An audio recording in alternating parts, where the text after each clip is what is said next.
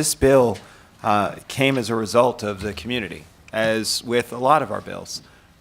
We were at a town hall in Silver Spring, and some residents spoke up about an issue that was of concern to them. And it truly is reflective of responsive government. Government that listens to people express concerns and figure out ways to address those concerns. And that's government working at its finest.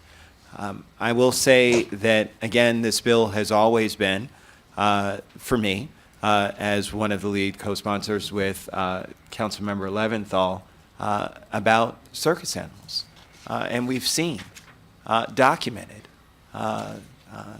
the treatment that animals receive in circuses and in traveling circuses. We know.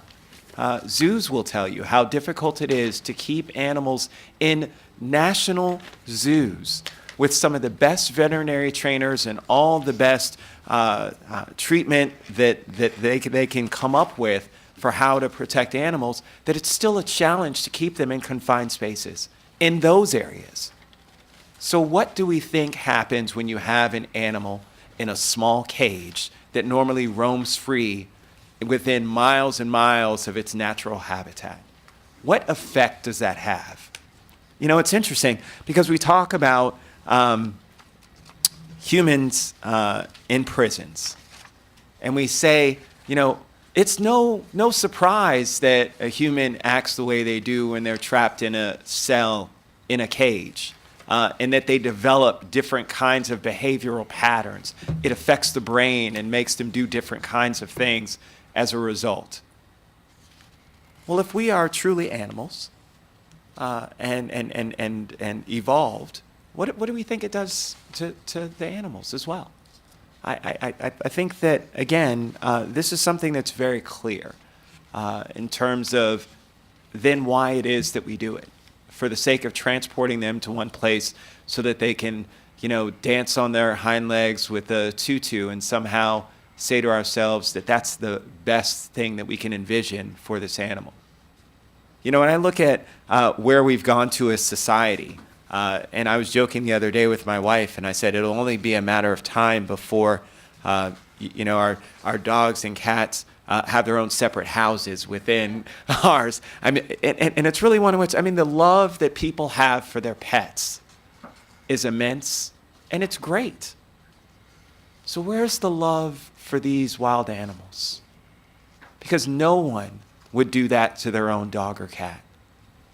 No one would subject their dog or cat to the treatment that we see that these wild animals get. No one would take a bull hook to their pet cat and say, I'm going to make Trixie jump through this hoop. Right? We do it with treats. We do it with love. I remember a time when the training for animals used to be that you would have this rolled up newspaper and hit the dog on the nose. And then people realized that wasn't good for them. But yet we take a hook and hit it into an elephant's leg and think that somehow that's okay. And it's not. And it's really not okay for us to continue to have these traveling acts that mistreat animals. And we know it happens. We've seen it documented, and we've seen the results. The results of the mistreatment of animals is that they will act out and then jeopardize the safety of the general public. And that too is not what we want. So we have dual-fold responsibility. And so I think that this bill, and I appreciate the folks from our agricultural community who wanted to make sure that we identified this is not about them. And so let me say, this is not about my farming community, my agricultural community. This is about wild animals performing and traveling acts. That's it. And that needs to stop.